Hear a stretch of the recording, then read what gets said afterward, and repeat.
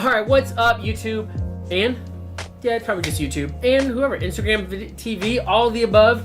What's up? Today we're going to walk through a commonly asked question that people give us all the time. People are like, hey, what gear do you use? All of those things. So I'm going to show you what gear we use in full. So you get to see it all. You get to know why we use certain things and what we use them for and how much they cost. All those things. We will have an exhaustive list of all of these things in the notes. Thanks to Bobby. Thanks, Bobby. Oh, you're welcome. Awesome. You the man.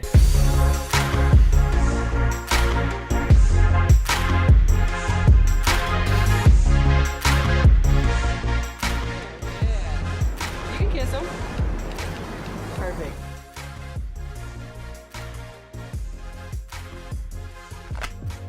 Right now we're going to start with bags. Bags are really important because there's a lot of different bags out there. There's a lot of things that people are like, oh man, I need to carry a lot of stuff, or I need to carry a little bit of things, and I don't need a bag that's too big, I don't need a bag that's too small. I need a bag that's just right, and we've been through a bunch of different ones. Like I've been through bags that, like golf bags, literally. Like if you have a lot of light stands, or if you have any kind of stands for, like we had big metal C stands for huge softbox. If you're doing that, what I really recommend is you find like a golf bag. Like literally what golfers use when they travel is they put their golf bag inside of a golf bag. And it's like a travel bag for their light stands and all those things. So go check out those.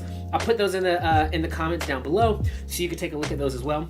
You'll also see here the bags that we take to every wedding. Now, we have different bags for different things. So when we travel, like this next trip we're going overseas to travel for weddings, we're gonna take this. This is the Think Tank Airport version 2.0 bag. And this is a really great, actually the Airport International version 2.0 bag.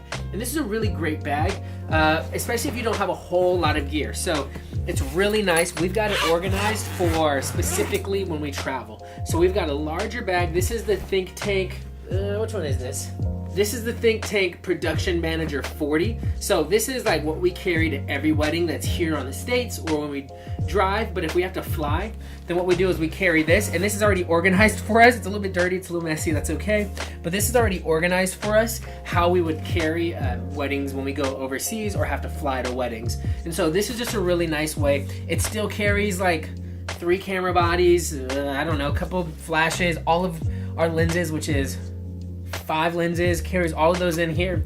So this still does a great job, but when we're here in the and we don't have to, and we're just driving, we carry a lot more to weddings because we can. So I highly recommend the Think Tank Airport International bag. One, because it's got this sweet retractable thing that allows you to carry it like right behind you.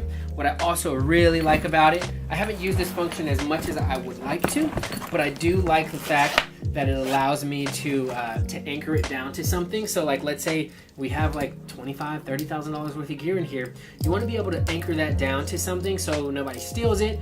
This allows you to set your own combination and put it on a table, a desk, maybe even a pole or something like that. So that's really nice. Oh, so like here's one thing that I do like about it is like we'll go, so when we travel internationally and we're going out to dinner or something and we're leaving our gear back at home, I'll actually anchor this down to the bed. So like, or anchor this down to like something that's attached to the wall. So if somebody does break into our room and tries to steal our stuff, they can't get this. I do also like that it has more of like a primary lock for like everyday use. So what I do is bring it in here, bring it back down here, and I can actually snap those right in and then mix up the combination. So then all I have to do is put that in the combination again. Don't be trying to look at my combo. Put that combination in.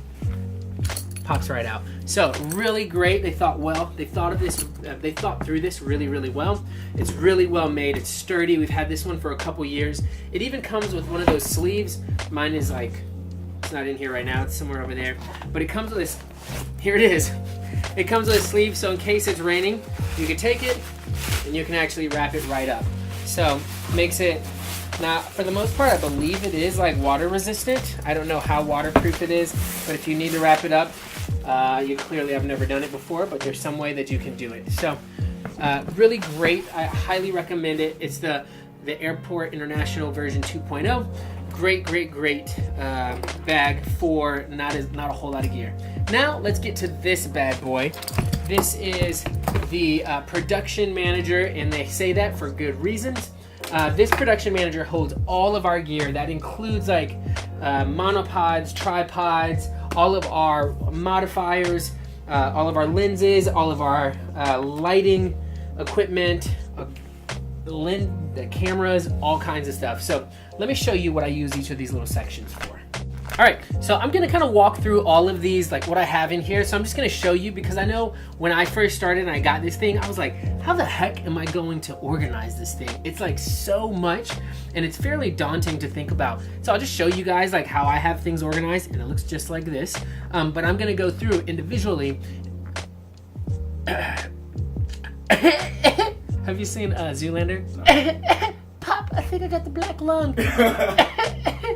All right, anyways, so I don't know where I was just now, but I'm going to show you guys individually in a couple minutes, or individually in the next little frame area thingy. I'm going to show you like what I have in here, because it's a lot of gear, but this is kind of how I have it laid out. It's like lens, camera, lens, flash gear, all kinds of stuff. I have extra pieces for the tripod, for our money makers, which we'll talk about in a second, our bungee cords, which we'll talk about in a second as well. And there's all kinds of stuff. So in the back is a lot of our modifiers, even like a monopod for certain things. And who else knows what the heck is back there? So there's a couple other things back there as well. So really nice. I like this layout. It's been really helpful for us. This is the layout that we've had since the beginning after tweaking it a little bit, and it's worked really, really well for us. Now, let's go ahead and we're gonna talk about one more bag that I really like. Actually, I'll talk about that bag later. Let me go ahead and we'll dive into all of the gear. We're gonna start at camera bodies. How about that? That's a good one. So we are using right now to record this a Nikon D750, which is what we use. We use D750s, but I want to get an 850. But we use D750s for right now. We have one here. We have one that we're using there, and then one here. So I generally carry two. One with an 85 and a 35 on. Catherine has one with a 50 generally. And I like the grip on it because it allows me to shoot from both ankles. I cannot shoot from both ankles. It allows me to shoot from both angles. So you can see here's one. I can shoot from here, or I can shoot from here. So I really enjoy that. I also love the D750 because it has a flip out screen. So a lot of times I'll shoot from above like this, or I'll shoot from down below like this. Also, my cat, this might actually be a picture of my cat. I'm not 100% sure. A client gave us this shirt, but this is the shirt. But I can also shoot from down low, down there like that. And so I love the D750 and its flip out screen. I also really, really, really love the dynamic range that we get from the D750. We actually were interviewed on a podcast from the Focus podcast run by Cinnamon Wolf and her husband. So if you want to check that out, we'll put that in the link below. We'll also put that on our podcast as well. And so it'll probably be on there. But it just goes through why we switched from Nikon to Canon and why we really love Canon, or why we really love Nikon. And you'll see like a really long, or not see, but you can hear exactly why we really love it. Let's switch over to lenses. So we have the Sigma 85 1.4, I think this is. Yeah, so I have, I've gone from all different types of lenses. I use 85 lenses. I use the Canon 1.2. I think the Canon is the granddaddy of them all. That 85, because it's a really, really nice buttery. It's probably one of the best ones out there. But I also call it the granddaddy of them all because it's super slow. It's like my granddaddy tried to run sprints. Like, it's a very, very slow lens. And so didn't really like that one a lot. I've used the Nikon 85, much smaller than this Sigma 85, which like this looks like a 7200. Like you can literally beat somebody over the head with this thing. Don't do that. I don't condone that at all. But it's such a big, heavy lens, but man, is it nice and sharp and crisp. And it's 1.4, and it's at a fraction of the cost of the Nikon and Canon lens. Gosh, the Canon lens is like $2,300. I think this was like $900. I may be wrong. Make sure that you check below and see exactly what it is. But it's at a fraction of the cost of the other 85s. Super comparable. So I highly suggest it. Also use the Tamron 35. What? Tamron? Yes, Tamron. I know, like, when we first started, Tamron was like the Snickle Fritz of lenses. Like, we were like, oh, I'm not using a Tamron. Look at that guy. He uses a Tamron. He must not be a professional photographer. But we use Tamron lenses, and I think they've actually stepped their game up since Sigma has stepped their game up, and they're really giving Nikon and Canon a run for their money. I mean, like, they are crushing it right now. The Tamron 35, I think, don't quote me on this, but I'm pretty sure, is the only prime lens that has image stabilization in it, and so it's really, really nice. This also gets you the closest to a macro lens without actually being a macro lens, which is what I love about this 35. And so, like, you'll notice we don't own a macro lens because I don't need a macro lens. I'm not gonna buy a lens for one ring shot, you know what I'm saying? So I got the 35 here. I've used Nikon 35, Canon 35, Sigma 35, and Tamron 35. I love this Tamron 35, and it, again, is at a fraction of the cost. Super nice, great lens. The one thing I do have wrong with it is, like, I don't know what's going on there, but I think the weather seal is like coming off, so I have to send that back into them. Probably not the best endorsement, but it's honest. So I do love this Tamron lens. It's a really great lens. I do suggest it. So it's much cheaper, and it really keeps up and compares. Now, onto the 50s. I don't use the 50 often just because I use the 85 and the 35 for 80% of the day. But we have the Nikon, and because of that, we just have the Nikon Nikkor 51.4G because it's cheap. I think it's like $300 compared to the Canon $1,200 L lens, and like literally cannot tell a difference. I mean, like, what the heck are you doing at 1.2 anyways? Like, seriously. And so, like, but I used to shoot at 1.2, but now, like, I just don't, because it doesn't make that much sense. 1.4 and 1.2 is not a huge difference, and so I do love this lens. It's cheap, it works really, really well, and that's about what I need from it, from a 50. Also have the 24mm 1.4 that is actually I'm using right now. Great lens. I wish it was a tad bit faster. It's the Nikon Nikkor, I think, 24 1.4G. Great lens. I do wish it was a tad bit faster, but it's still pretty good. A great lens for what it is, and it gets the job done. Like, that's all I really care about. Gets the job done. I don't want to get anything too crazy.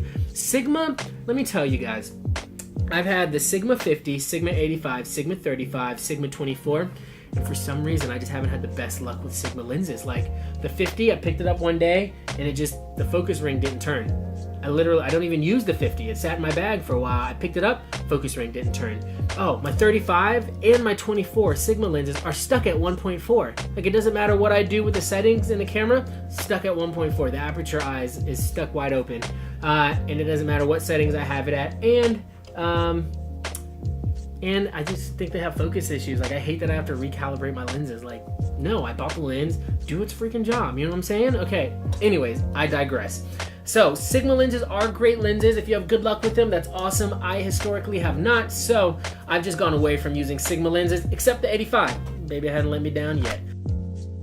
Now, for flashes, I don't need anything crazy. I've used crazy. I used to have Canon 600 EXRTs, which are like $600 a piece, and I had 5 of them. So we've had all of those. You know what I use now?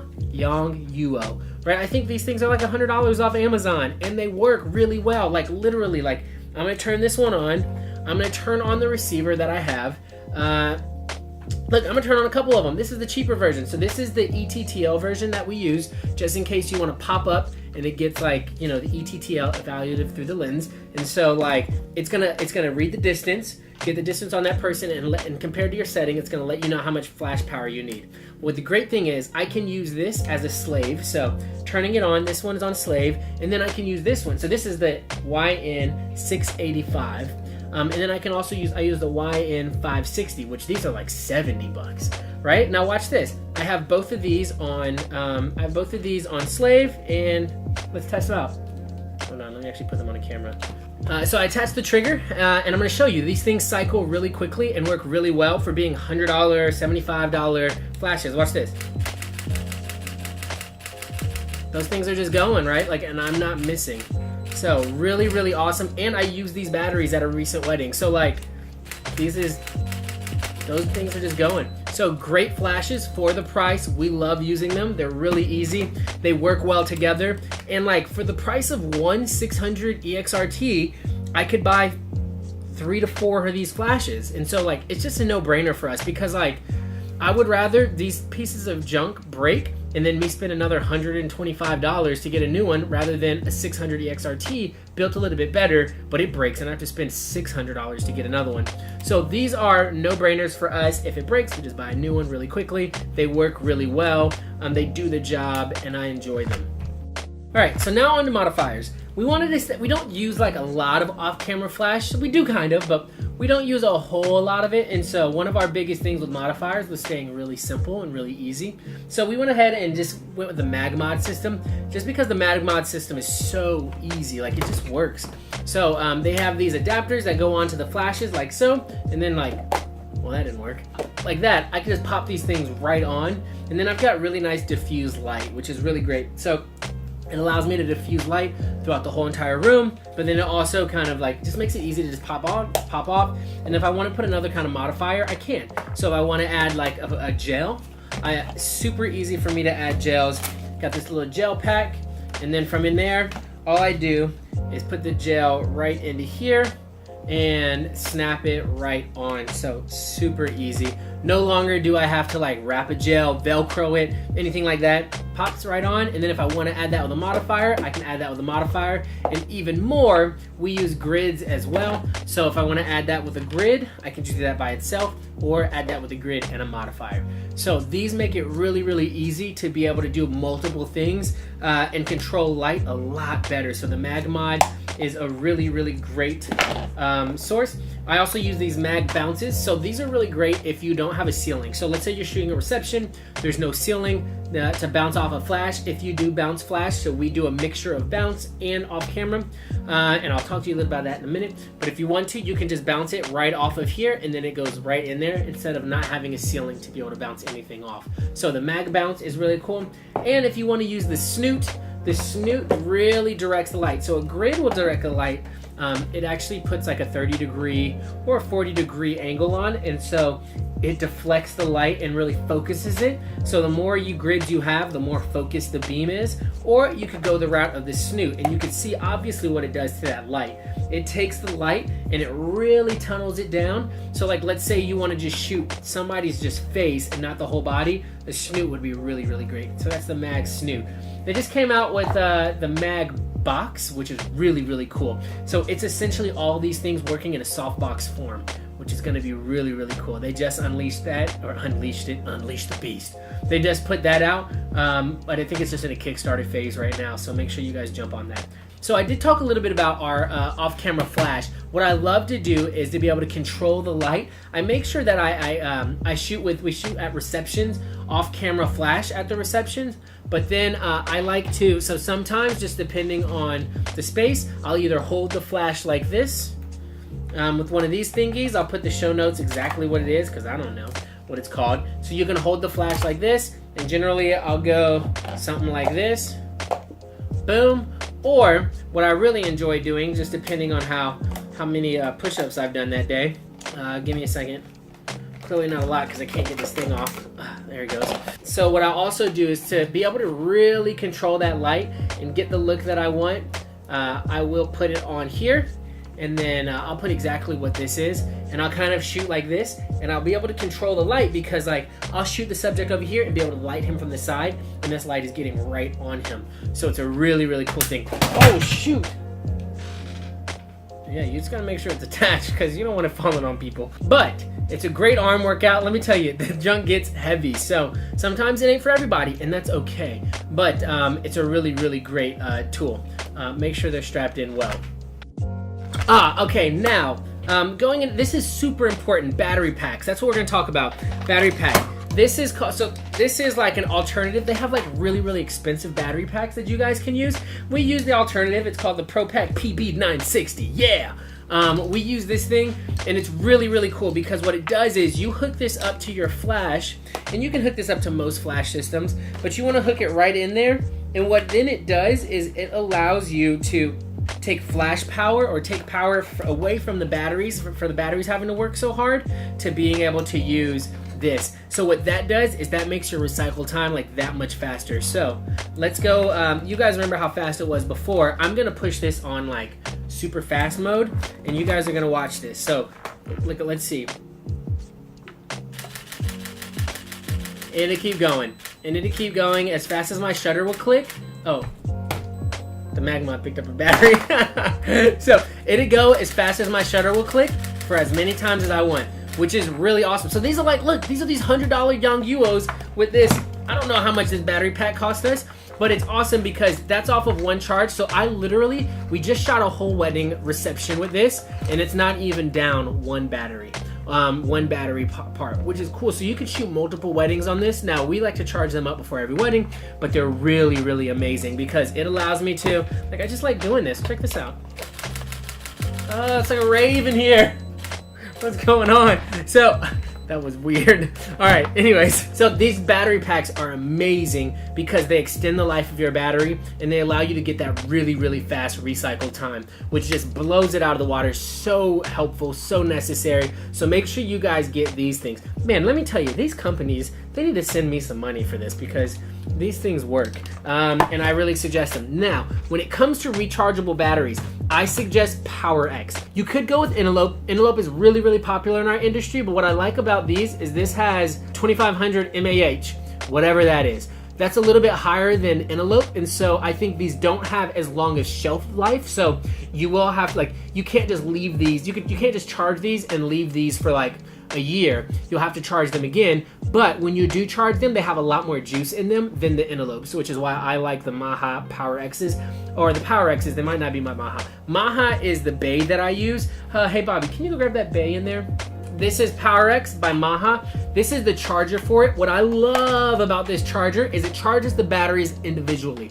So sometimes you'll get rechargeable batteries and it charges them all as a bunch. And so like some batteries may be fuller than others. It don't matter. It don't discriminate. It says, hey, I want to charge all of these to full regardless, and some of that can be hurtful for your battery. I love this because it actually gives me the gauge and it charges the cells individually, so it lets me know where each one is. So I can go ahead, pull it out, and then like it'll say, oh hey, the 3rd, 6th, and 7th ones are done. I'll pull out the 3rd, 6th, and 7th, add new ones in while the others continue to charge. So this is, I'll put this in the show notes as well because this is super, super helpful. Love this thing. Now, we use as far as straps and bags, we use Hold Fast Moneymaker. We love the owner. The guy is incredible.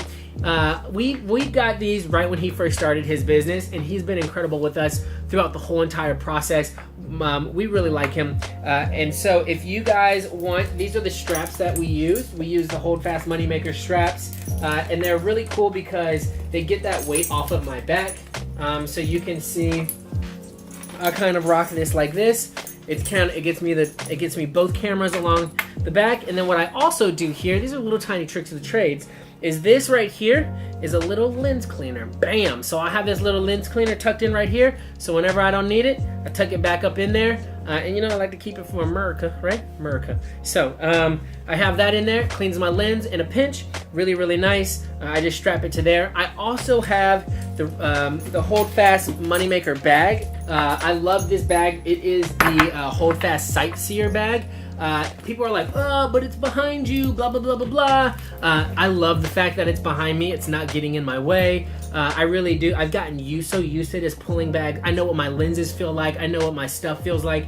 I literally just pull back in there, pull out my lenses. Really, really helpful. And then like once you break it in, it just feels really natural. So I love this bag.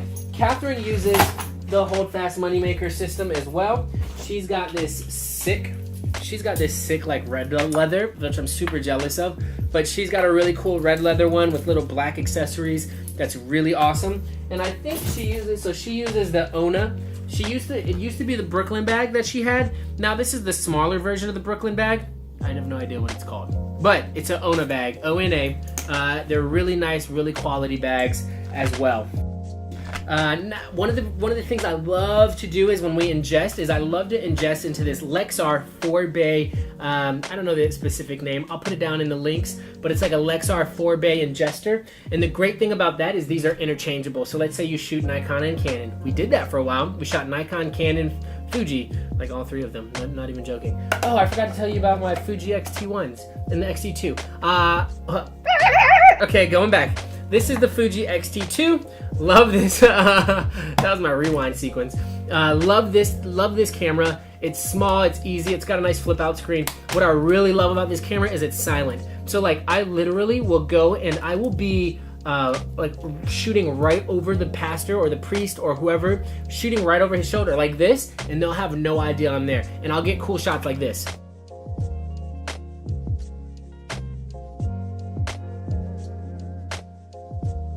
Awesome. So, which makes this one really, really handy because it's completely silent shutter, and the quality is just as comparable to a to like my D750. I mean, amazing quality. The dynamic range is not as good. Also, because it's mirrorless, the depth of field is not as good either. But I have the 23 1.4, I believe this is. It don't tell me. 23 2.0. The reason why I got the 2.0 instead of the 1.4 is because it's faster, and I think it's a little bit sharper. So the 23 2.0 for the Fuji is really, really nice. I also have this on our Fuji X-T1, which I don't use as much at weddings. I do like the X-T2 because I use it at weddings, and I also vlog with it because it's got like continual focus, all those things. It's great. So normally my vlogging camera.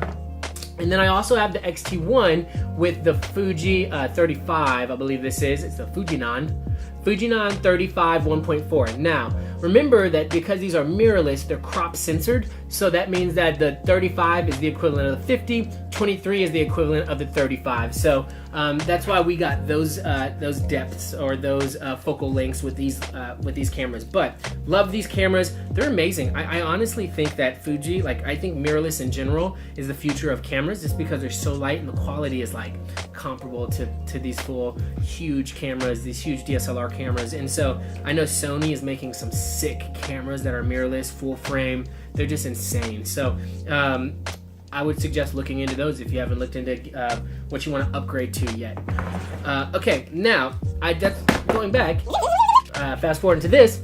I do love this because it has different bays for specific memory cards types. So if you use an SD card, great. If you use an XF card, because maybe you shoot like a Nikon D5 or you shoot the D850 that has XF cards, I believe, you can put that in here. Or if you have CF cards because you shoot candid, you could put that in here too. So they're interchangeable, they're awesome, and it allows me to simultaneously ingest 4 memory cards at once while still keeping a high write rate, which is just the rate at which it's writing on the hard drive. So it's just a really, really great addition. This one is like a Thunderbolt one, as well as a USB 3.0, which I think is plenty fast. So make sure you get the USB 3.0 version. It's much faster than the 2.0 version. Also, we use the rugged, it's just not rugged, it's rugged, I don't know, the Lacey, not Macy. Macy, she's a pretty girl. Lacey rugged 4 terabytes. I don't know how much this is, but this is like our travel one. So whenever we travel for destination weddings, I make sure I have them backed up on here. Oh, speaking of traveling, awesome. I gotta show you guys something else that we have.